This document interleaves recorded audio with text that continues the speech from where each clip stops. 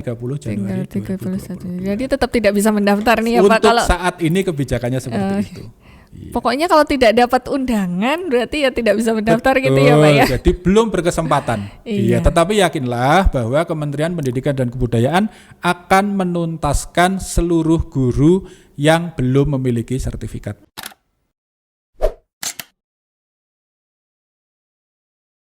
Bahwa banyak sekali berita-berita yang tidak dapat kita pertanggungjawabkan kebenarannya, dan bahkan sampai kami yang menjadi tim perumus waktu itu sangat prihatin gitu, karena cenderung ke hoax, cenderung ke berita yang tidak benar dan cenderung menyesatkan. Ya. Nah, laman resmi untuk pelaksanaan PPG itu ada di ppg.kemdikbud.go.id. Jadi itu webnya semuanya di situ, ppg.kemdikbud.go.id, atau melalui Instagram @ppgkemendikbud. Itu. Jadi silahkan, berita yang muncul di kedua media sosial tersebut adalah media sosial resmi milik Kementerian Pendidikan dan Kebudayaan. Oh iya. Ya. Kalau kabar terbaru tentang PPG 2022 ini sebenarnya kayak gimana Pak Tio? Baik, jadi untuk saat ini pelaksanaan PPG dalam jabatan tahun 2022 sedang dalam proses pendaftaran untuk seleksi administrasi. Nah, jadi perlu kita ingatkan lagi bahwa tahun ini memang ada perubahan dibandingkan dengan tahun sebelumnya, di mana tahun sebelumnya pelaksanaan pendidikan profesi guru dalam jabatan dimulai dengan seleksi akademik terlebih dahulu. Oh, berarti ini kebalikannya malah. Sekarang dibalik. Oh, yeah. Sekarang kita memulai dengan seleksi administrasi terlebih dahulu, baru nanti kemudian akan dilaksanakan seleksi akademiknya.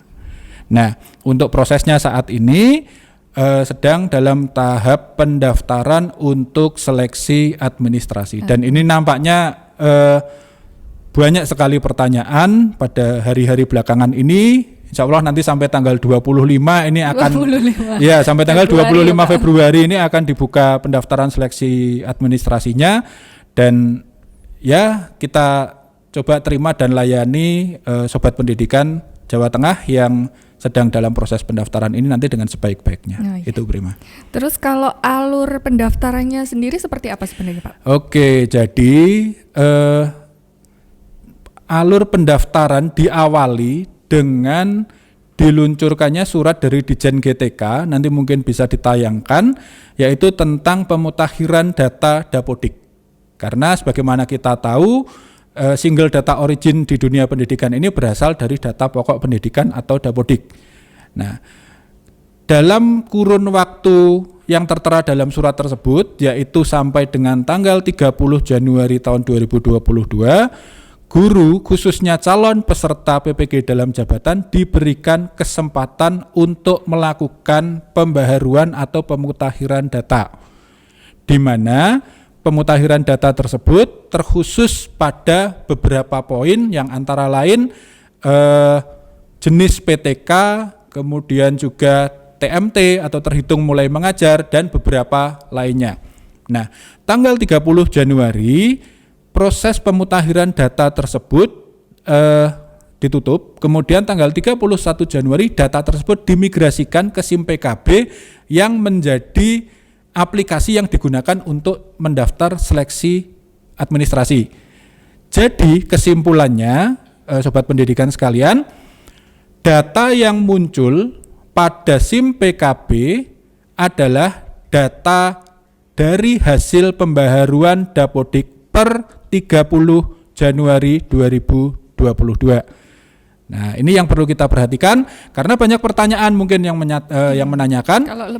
Kalau saya update data Dapodik saya sekarang, bagaimana kira-kira gitu. Jadi kita tegaskan bahwa perubahan apapun pada Dapodik saat ini, oke, di Dapodik memang bisa berubah, tetapi di aplikasi pendaftaran sudah tidak mempengaruhi apapun. Oh gitu. Jadi sobat pendidikan, kalau data itu tadi dirubah setelah tanggal 31, memang data di Dapodiknya berubah, Ya. tapi tidak bisa mempengaruhi data di SIM PKB. Oh iya, berarti sebagai tetap tidak bisa aplikasi mendaftar ya Pak Tetap ya? tidak bisa mendaftar. Iya. Terus sekarang ini Pak, terkait dengan verifikasi data calon peserta, apa saja sih sebenarnya yang diverifikasi ini? Banyak pertanyaan seperti ini. Iya, baik. Jadi kami informasikan bahwa alhamdulillah tahun ini Lembaga Penjaminan Mutu Pendidikan masih dipercaya oleh Dijen GTK selaku penanggung jawab seluruh kegiatan pendidikan profesi guru. Ini LPMP masih dipercaya untuk melakukan proses verifikasi berkas digital yang dikirimkan oleh pendaftar. Jadi memang kami di LPMP yang melakukan verifikasi berkasnya digital ya, sobat pendidikan sekalian, tidak seperti dahulu kita harus angkut-angkut berkas ke sana kemari gitu ya. Nah, jadi eranya era paperless, kita sudah bisa melaksanakan dengan berkas digital. Kemudian yang akan diverifikasi adalah yang pertama, kita akan memverifikasi linearitas antara ijazah calon pendaftar dengan jurusan atau program studi PPG yang akan mereka ambil. Untuk tabel linearitas ini sendiri sudah tercantum pada surat Dijen GTK. Nanti mungkin juga bisa ditayangkan suratnya nomor berapa. Di deskripsi aja bisa, nanti. Iya, jadi suratnya sudah ada. Sobat pendidikan sekalian bisa mengacu pada surat tersebut. Apabila jurusan sobat pendidikan sekalian tidak ada di tabel linearitas tersebut, berarti memang belum berkesempatan atau tidak berkesempatan untuk mengikuti PPG. Salah satu contohnya yang tidak mungkin untuk bisa mengikuti PPG di Kemendikbud adalah jurusan pendidikan agama. Nah, itu agama. Karena sesuai dengan kesepakatan antara kementerian bahwa guru-guru yang mengajar di madrasah dan guru agama untuk proses sertifikasi gurunya berada di Kementerian Agama. Sehingga guru-guru meskipun mereka mengajar di sekolah, tetapi apabila mereka pendidikan terakhirnya adalah S1 agama apapun, maka mereka harus mengikuti sertifikasi melalui Kementerian Agama. Itu yang pertama, linearitas antara ijazah dengan prodi PPG yang akan diambil. Kemudian yang kedua adalah SK pengangkatan pertama. Ini juga banyak sekali pertanyaan Prima. Iya. SK pengangkatan pertama itu dari siapa gitu ya. SK pengangkatan pertama adalah SK pengangkatan pertama sebagai guru ya di sekolah dari pelaksana pendidikan. Jadi siapapun, bisa dari kepala sekolah. Kepala sekolah, ketua yayasan gitu bisa, ya Pak ya. Iya.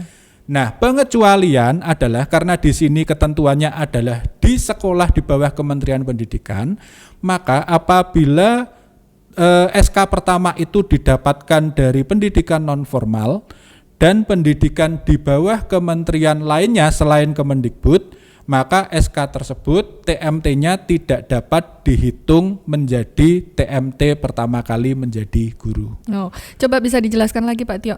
Yang non formal itu tadi seperti apa saja contohnya? Oke, jadi misalnya sebagai tutor di di pendidikan PKBM. Oh, iya. Misalnya atau kejar paket A, kejar paket B. Oh, iya. Kemudian kelompok bermain. Oke. Itu termasuk ke pendidikan non formal. Non-formal. Kemudian di bawah kementerian lain tentunya adalah TMT mungkin pernah mengajar pertama kali di madrasah, bukan di sekolah. Oh, gitu. Nah. Itu berarti tidak dihitung ya, Pak ya? Mohon maaf, keputusan dari Dijen GTK TMT untuk kategori tersebut tidak dapat dihitung. Jadi dari sekolah di bawah Kementerian Pendidikan dan Kebudayaan. Ya. Itu Prima. Oke.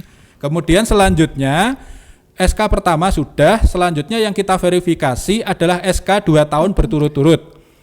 SK 2 tahun berturut-turut ini haruslah dari penanggung jawab kepegawaian daerah atau yang diberikan kewenangan. Nah, biasanya yang diberikan kewenangan ini minimal adalah untuk non-PNS, itu adalah untuk non-PNS di sekolah negeri, mohon maaf, adalah minimal kepala dinas pendidikan. Jadi kita kategorikan saja untuk PNS, oke, tidak ada masalah. Berarti SK dari bupati, wali kota, atau BKD atau kepala dinas PNS tidak masalah.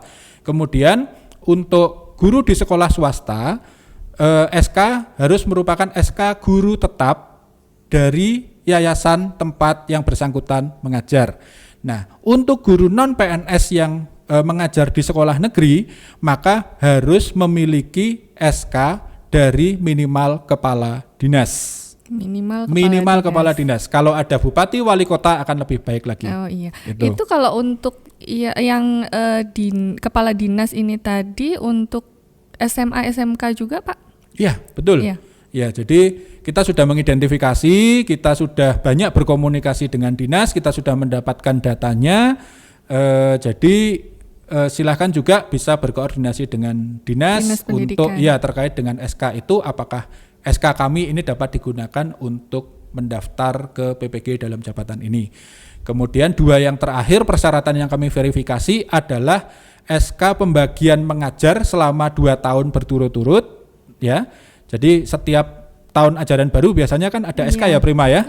Jadi guru itu mengajar di kelas apa selama sekian jam dan sebagainya. Nah, itu SK pembagian mengajarnya harus dicantumkan selama 2 tahun. Ini fungsinya adalah untuk melihat keaktifan guru tersebut tidak terputus selama 2 tahun gitu. Jadi memang 2 tahun terakhir ini memang yang bersangkutan benar-benar mengajar. Kemudian yang terakhir ada fakta integritas yang template atau contohnya itu sudah dapat diunduh di aplikasi SIM PKB masing-masing, di laman SIM PKB masing-masing guru dapat diunduh, silahkan diisi datanya, ditempel materai 10.000 dan ditandatangani. Jadi ada 5 sekali lagi ya. Yang pertama ijazah, yang kedua SK pertama, yang ketiga adalah SK 2 tahun berturut-turut, SK guru tetap, kemudian SK pembagian mengajar, dan yang terakhir fakta integritas. Itu Prima yang kita verifikasi. Untuk SK sendiri nih Pak, kadang-kadang itu ada SK yang berlakunya hanya sampai 31 Desember 2021 misalnya seperti itu. Ini guru harus menunggu SK yang baru atau gimana Pak? Ya, sesuai dengan yang ada di surat bahwa apabila SK tahun 2022 memang belum diterbitkan oleh dinas atau oleh yayasan, maka guru dapat mengunggah SK di tahun 2020 masa tahun ajaran 2020-2021 dan 2021-2022. Jadi tidak harus yang 2022-2023. Jadi bisa gitu bisa 2 tahun berturut kalau 2022 memang belum dikeluarkan SK-nya. Iya. Nah, sekarang bagaimana sih Pak caranya calon peserta itu memantau perkembangan pengajuan di seleksi administrasi ini Pak? Iya, terima kasih pertanyaan yang bagus. Jadi kita kemarin setiap tahunnya, ini yang kita prihatinkan ya, setiap tahunnya kita itu selalu menemui kasus guru yang terlambat mengupdate informasi. Nah, ini kami pesankan kepada sobat pendidikan sekalian bahwa setelah selesai mengunggah, silahkan secara rutin 3 hari, 5 hari, silahkan akses kembali aplikasinya. Oh, sering-sering ngecek berarti ya Pak ya? Iya. Karena dimungkinkan data itu akan berubah statusnya. Dan manakala data tersebut berubahnya adalah menjadi tolak perbaikan, yang bersangkutan harus melakukan perbaikan sebagaimana catatan yang ada di perbaikan. Karena kalau itu diakses setelah masa pendaftaran selesai, maka tidak akan ada kesempatan lagi. Guru tersebut dianggap tidak dapat memenuhi persyaratan. Itu Prima. Karena nggak langsung dibetulkan itu tadi ya Pak ya. Iya betul. Jadi harus sering-sering dicek di SIM PKB-nya apabila nanti ada perubahan status pengajuan. Satu lagi Pak Tio, apa saja sih yang harus diperhatikan saat calon peserta itu mengunggah berkasnya? Oke, ya. Nah ini juga salah satu yang di luar persyaratan tetapi sangat penting untuk kita perhatikan. Jadi yang pertama ya, jelas terlihat itu. Tulisan yang ada pada dokumen yang diunggah itu harus jelas terlihat. Karena ada yang mungkin menghemat ukuran file yang harus diunggah. Oh, filenya dikecilkan. Iya, filenya dikecilkan sehingga jadi tulisannya menjadi buram, tidak terbaca. Itu. Nah, itu yang harus kita perhatikan. Kejelasan harus jelas. Yang kedua adalah norma kesopanan. Wah, ada norma kesopanan nih Pak gitu. Ngunggah juga ada norma kesopanan. Nah, jadi kita pernah menemui memang bahwa untuk memudahkan atau gimana ya, guru kadang-kadang mengunggah calon peserta ini dengan menggunakan kamera HP. Dengan menggunakan kamera HP dan tidak ditata secara rapi, jadi ngambilnya agak miring ke kanan, serong ke kiri, serong ke kanan gitu ya. Nah, ini kami mohon supaya dokumen itu berbentuk kotak, maka bisa disesuaikan tegak lurus dengan bentuk dokumen tersebut supaya kami ngelihatnya juga nggak miring-miring gitu ya. Dalam berarti verifikasi. boleh ya Pak kalau mau pakai handphone itu sebenarnya boleh. Iya, tidak harus memakai mesin scanner. Mesin scanner itu bahasa Indonesianya apa? Mesin pemindai. Tidak harus menggunakan mesin pemindai karena di sekolah belum tentu sobat pendidikan sekalian memiliki mesin pemindai, tetapi bisa menggunakan kamera HP dengan memperhatikan beberapa asas. Itu. Iya. Terima kasih. Terus ini yang terakhir sekali Pak. Oke. Ini pertanyaan yang sering banget ditanyakan di ULT. Beberapa pertanyaan ya, saya tidak perlu mengambil semuanya, cuma pertanyaan yang paling sering ditanyakan di ult.lpmpjateng.go.id. Pertanyaan pertama, SK pengangkatan pertama yang dimiliki tidak sesuai dengan TMT di Dapodik dan di SIMPKB. Apakah tidak bermasalah, Pak? Oke, jadi sobat pendidikan sekalian, SK yang kami acu yang muncul di aplikasi Verval di LPMP adalah TMT yang dicantumkan di Dapodik. Itu. Jadi acuan kami adalah SK yang dicantumkan di Dapodik. Nah, apabila ada ketidaksesuaian tahun, maka kami akan meminta pendaftar untuk melakukan perbaikan SK. Nah, jadi ada konfirmasi kami akan melakukan tolak perbaikan apabila TMT yang tertulis di Dapodik tidak sama dengan bukti fisik yang diunggah. Yang dijadikan patokan tetap yang di Dapodik dari ya, Pak, Dapodik ya? karena single data origin adalah di Dapodik. Iya. Pertanyaan kedua, mengapa guru honorer sekolah yang mendapat undangan di PKB berstatus P3K tidak dapat melanjutkan proses seleksi? Ya,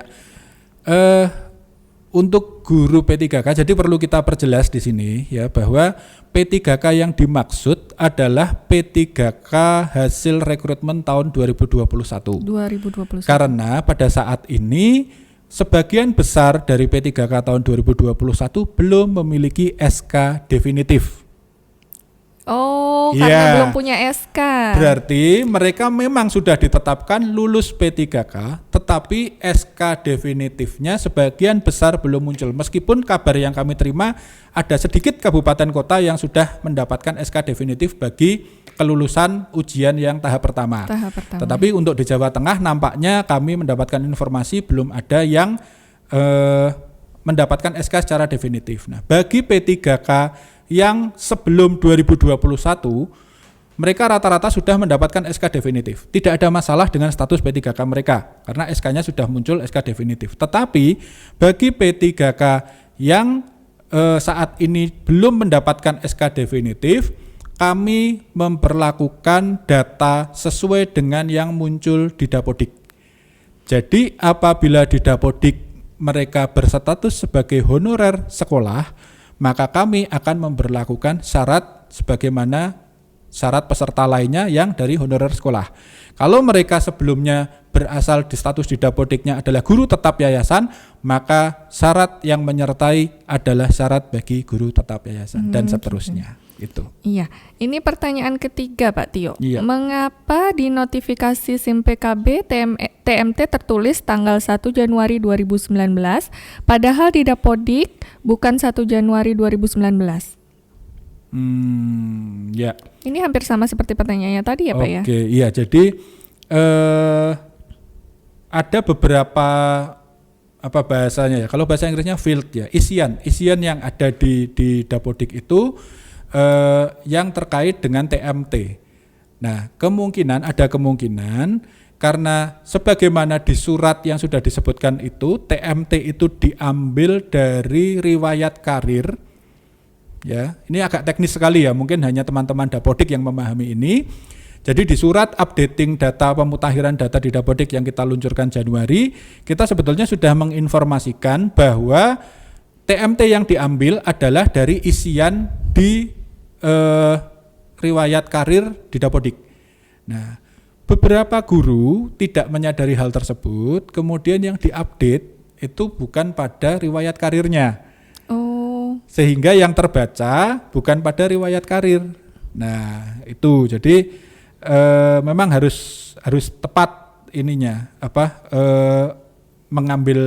memutakhirkan datanya kemarin ada yang kurang tepat, dan sebagaimana saya sampaikan tadi, mohon maaf karena waktu pemutakhiran data mungkin sudah lewat, ya bisa jadi memang mungkin belum berkesempatan untuk mengikuti PPG di tahun ini. Iya.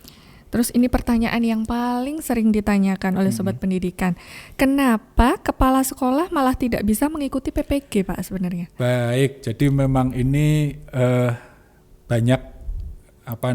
memang banyak sekali pertanyaan yang masuk kepada kami terkait dengan kepala sekolah. Mengapa kepala sekolah tidak dapat mengikuti? Ada 2 alasan, sobat pendidikan sekalian. Yang pertama adalah secara regulasi, kami terakhir mengacu pada Permendikbud nomor 40 tahun 2021 tentang penugasan guru sebagai kepala sekolah, di mana pada pasal 2 di situ disebutkan bahwa guru yang ditugaskan sebagai kepala sekolah, salah satunya pada kalau tidak salah poin B itu adalah guru yang memiliki sertifikat pendidik. Itu. Jadi memang pada Permendikbud tersebut sudah berbunyi bahwa guru yang ditugaskan sebagai kepala sekolah itu harus berasal dari yang memiliki sertifikat pendidik. Itu secara regulasi. Kemudian secara kurikulum, desain kurikulum untuk PPG ini memang didesain untuk guru, bukan untuk kepala sekolah. Sebagai contoh yang saya ketahui, karena ini kewenangannya ada di LPTK sebagai penyusun kurikulum, yang saya ketahui antara lain bahwa guru nanti harus melakukan atau membuat video praktek mengajar. Itu. Kemudian juga ada semacam penelitian tindakan kelas. Kalau kepala sekolah malah nggak bisa ngelakuin itu ya, Pak? Ini tidak memiliki jam mengajar, tidak diwajibkan memiliki jam mengajar. Dan masih ada lagi yang lainnya yang memang sebetulnya desain kurikulumnya itu memang mengacu untuk guru, bukan untuk kepala sekolah. Bukan untuk itu kepala sekolah. Iya. Ini yang terakhir ini Pak, kalau di SIM PKB-nya sudah ada centang hijau, artinya kan semua sudah masuk kriteria pemanggilan PPG Daljab 2022. Tapi kenapa kok masih belum diundang? Baik, terima kasih. Sekali lagi kita mengacu pada surat dari Ditjen GTK bahwa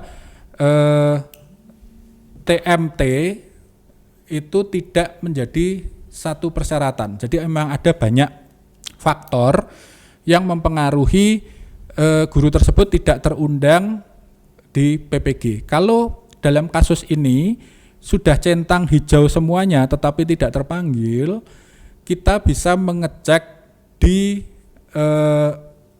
akun SIM PKB-nya masing-masing terakhir sinkronisasi Dapodiknya kapan. Oh gitu. Nah, sebagian besar kasus yang masuk kepada kami telaah bahwa guru tersebut melakukan updating data setelah 30 Januari 2022. Oh, berarti tetap sudah lebih dari. Jadi secara persyaratan betul, mereka sudah centang hijau. Iya. Semua sudah terpenuhi, tetapi data tersebut dilaporkan kepada Dapodik Pusat melebihi tanggal 30 Januari 2021. Jadi tetap tidak bisa mendaftar nih ya Pak. Untuk saat ini kebijakannya seperti itu. Iya. Pokoknya kalau tidak dapat undangan berarti ya tidak bisa mendaftar. Betul, gitu ya Pak ya. Jadi belum berkesempatan. Iya, tetapi yakinlah bahwa Kementerian Pendidikan dan Kebudayaan akan menuntaskan seluruh guru yang belum memiliki sertifikat.